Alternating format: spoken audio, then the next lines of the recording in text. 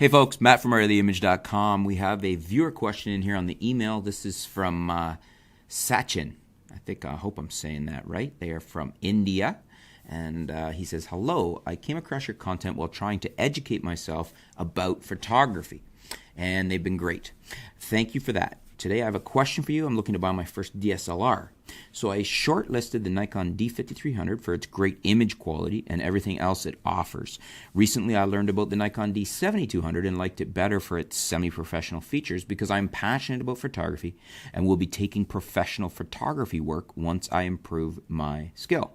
So I thought the D7200 will serve me better in the long run. However, the D7200 is still a crop sensor DSLR, and I almost never see a pro using a crop sensor DSLR for their work. So will I be able to professionally work with the D7200 itself, or will I have to update from that too? If I do have to update from the D7200, I thought I'd rather buy the 5300 now, save money, and update if altogether to full frame in the future. What do you think? Is a full frame DSLR utmost necessary for pro work, weddings, portraits, and street photography, or will the D7200 be sufficient? Also, I couldn't find where and how to buy refurbished models. I couldn't find it. Please guide me to that too. What is your opinion on this? Looking forward to your reply. Thank you for your effort. Yours truly, Sachin.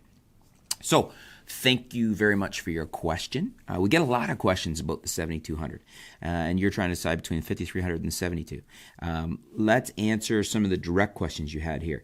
You said you've never seen a pro using a crop sensor for their work. Well, all of us used to, because at one point there were no full-frame DSLRs out yet, except for the old Kodak, which most people weren't using. Wasn't fast enough for event work like weddings and whatnot.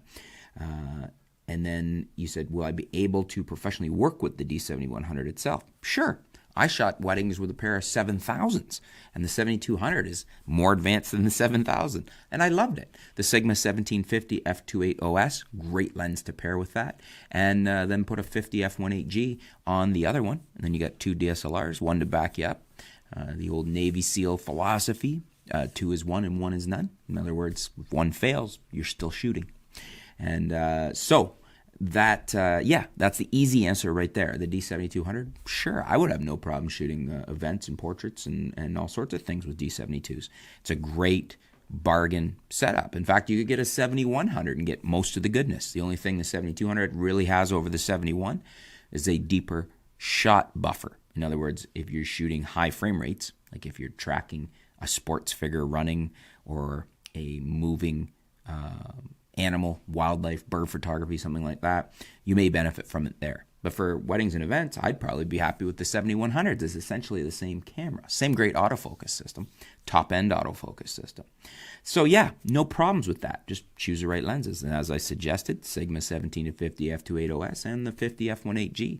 It's probably all you need. I've definitely shot with just those two lenses. If you want to go a little longer, then get into a 70-200, either the f4 or a Sigma f2.8, or it just depends what your budget is there.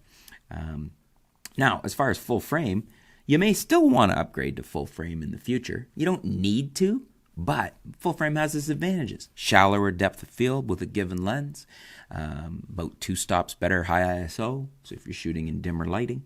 And, a lot of things pros like are that the lenses are what they are. There's no crop factor applied. So if you're putting a 24-70 on, it is a 24-70. You don't have to multiply it by 1.5 for the crop factor of a DX crop sensor camera. So there is some definite advantages. I really like the 610. It's a great all-around camera. 7200 actually has a better autofocus system than the 610. Although the 610s is decent, it's very usable. 750 is a great option. You can get it for a good deal right now. It's been out for a while, but it's still one of the best DSLRs, full-frame DSLRs out there. So you just kind of got to decide what your budget is. If your budget allows, sure, step right up.